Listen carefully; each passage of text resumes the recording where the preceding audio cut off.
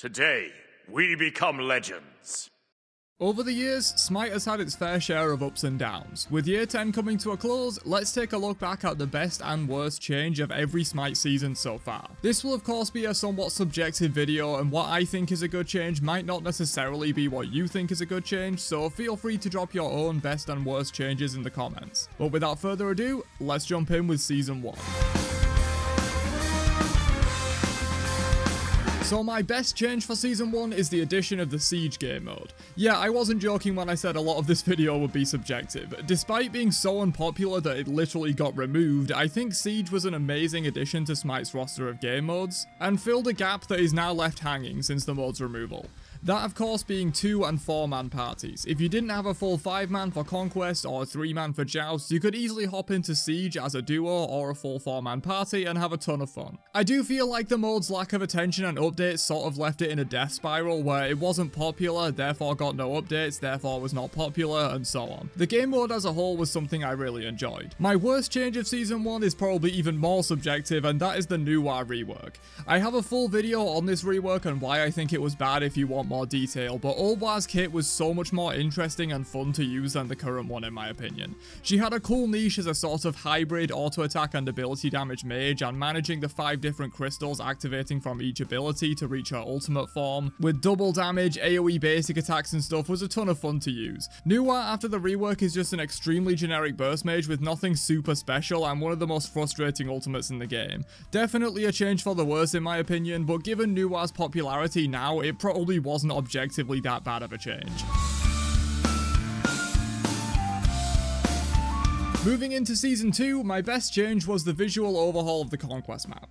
These earlier seasons have less changes to go on and therefore less crazy swings in one direction or the other, but the visual changes made to Conquest were absolutely a massive improvement, and this art style is one of my favourites we've ever had for Conquest. And for my worst change of Season 2, we have yet another botched mage rework, this time for Nox. This is a very similar case to Nuwa in that she went from a very unique and interesting mage with well-defined strengths and weaknesses that differentiated her from the myriad of burst mages we already had in the game, turning her into just another generic burst mage but with added frustration factor given how much she is just a bot for pressing 2 and 1 and hoping it hits. Again, given Nox's quite high popularity, this probably isn't objectively a bad change, but for me, this was a massive downgrade and we lost something special and unique with old Nox.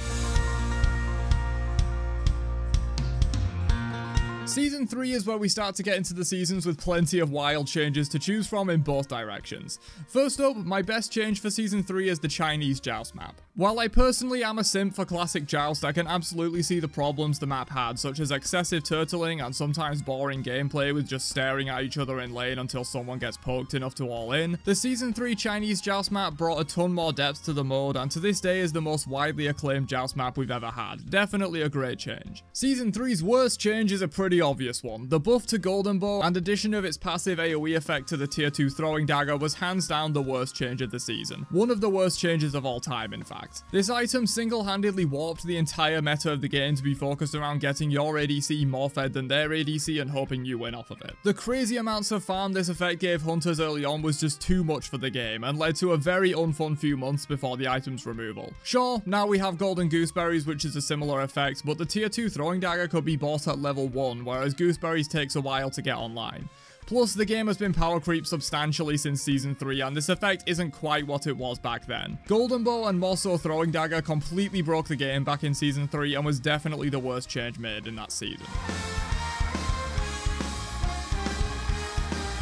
Season 4 came with plenty of spicy changes, and the best of them in my opinion was the introduction of adventure modes. These were a completely new and unique way to play Smite that was nothing like the regular game, and while they've had their hits and misses, I like the idea of them. Plus, Season 4 had literally the best 3 adventures ever, with the Trials of King Hercules, the sequel Shadows over Hercopolis, and Corrupted Arena all being in Season 4. I had a ton of fun with the PvE Hercules adventures back in the day, and Corrupted Arena was so successful that it is frequently brought back even to this day. The worst worst change of Season 4 was a little bit hard to choose. Hasten Fatalis was one I strongly considered, which was sort of a slightly less crazy version of the Golden Bow changes from Season 3, breaking the game for a while with Hunters completely dominating and the meta evolving around it. However, I think there is a worse change than even Fatalis in this season, that being the introduction of rituals. These were single-use consumables that sort of emulated the effect of a relic. Specifically, the flickering and rallying rituals completely broke the game with their in-combat blink and teleport to gods effects respectively. Everyone having combat blink in the late game was just complete carnage, and rallying ritual allowed for some ridiculous backdoor strategies, TPing your whole team to a tank diving their titan, and incredibly drawn out late game team fights where people just backed and TP'd straight back into the fight repeatedly if they got poked. These items were so broken and bad for the game that they only lasted 2 patches before being removed and have never returned. Definitely the worst change of Season 4.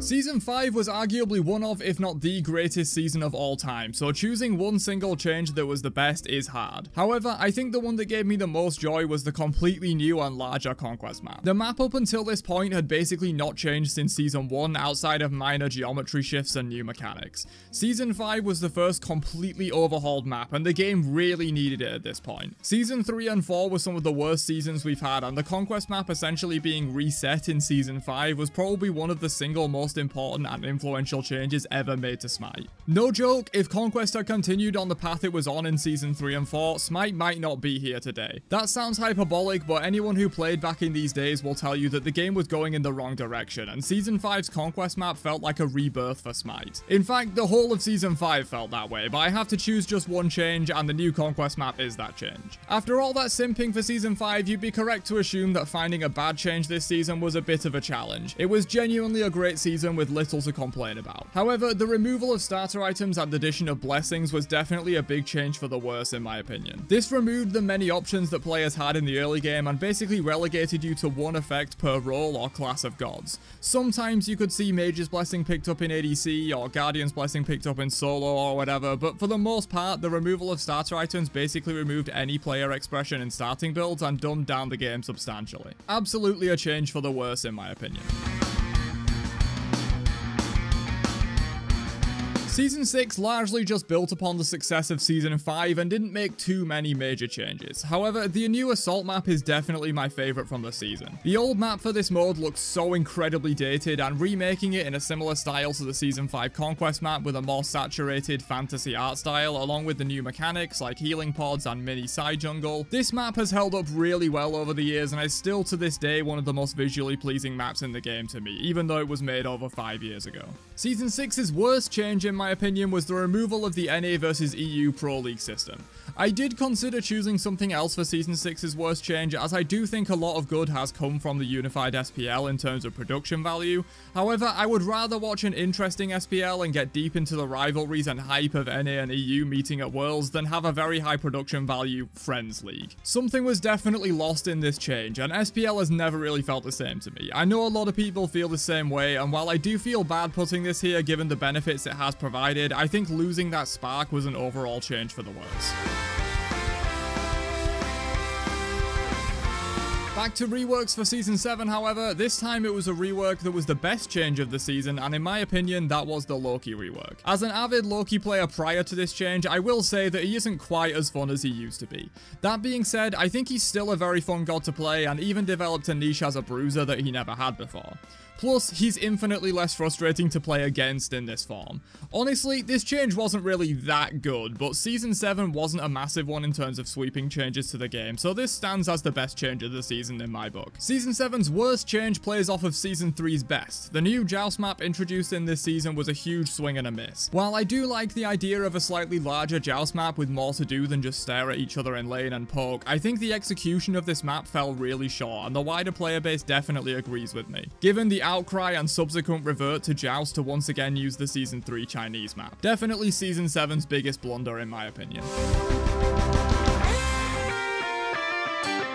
So Season 8 had quite a few good changes I considered, most notably the boots removal, which I think was a great change that smoothed out builds substantially.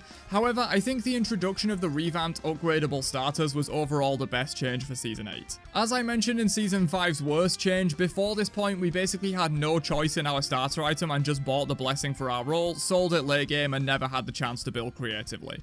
Season 8's new starter items completely flipped that on its head, with 3 options for each role, each of which has 2 branching upgrades, making for 6 options per role, with many even crossing over into multiple roles in terms of viability. Many of my favourite items to this day are from these revamped starter items, and their introduction was absolutely the highlight of Season 8 for me. For my worst Season 8 change, we're going back to reworks, specifically the Erlang Shen and Persephone reworks that took place this season. Erlang Shen went from one of my favourite gods of all time with a fun blend of warrior and assassin gameplay to a god that is pretty much dead to me now and I never play. Hashtag bring back the knockup, Hi-Rez. Persephone's case was somewhat similar to Nuar and Nox from the earlier seasons. It took a super unique and interesting design and turned her into yet another generic burst mage. That's not to say Persephone's original design didn't have problems, it absolutely did, but I think fixing those problems without completely gutting the character into a generic boring mess would have been a better approach. She's just barely less frustrating to play against, but infinitely more boring and brain dead to play. Both of these reworks were huge misses in my opinion, and definitely the worst Season 8 had to offer. Season 9 had quite a few positive changes I wanted to include. The introduction of glyphs and branching tier 3 relic upgrades were huge changes, but overall, I think I'm going to go with the obelisk and offerings system as my favourite change of this season. This includes Indra's Scepter and the trebuchets as well, and I think this was one of the better iterations of additional gameplay mechanics that Conquest has seen. Collecting the offerings was a team effort, and the minigame of filling up the obelisk before the enemy as well as stealing their offerings was a ton of fun to play with. Great change. For my worst Season 9 change, I think I have to go with patch 9.5. This patch has become infamous in the community, with many players pretty much blaming all of Smite's woes since then on this single patch.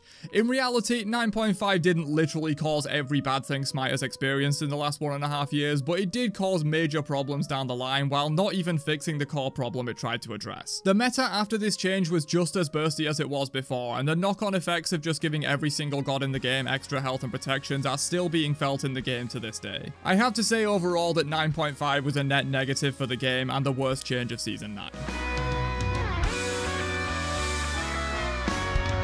And finally we arrive at Year 10, Smite's latest quote season as of making this video. Plenty has happened this year, so let's jump in with my best change of Year 10, which I think is the Shaman Camp and Totem buff effects. It's not a massive sweeping game change, but when I think about it, these effects are a really cool addition to the game. Sure, they're not super balanced and CDR is completely dominant, especially in the early game, but I love the idea of being able to customize my buff to fit what I need for my selected role or god. It's not game changing, but it's definitely the best change of the year in my opinion.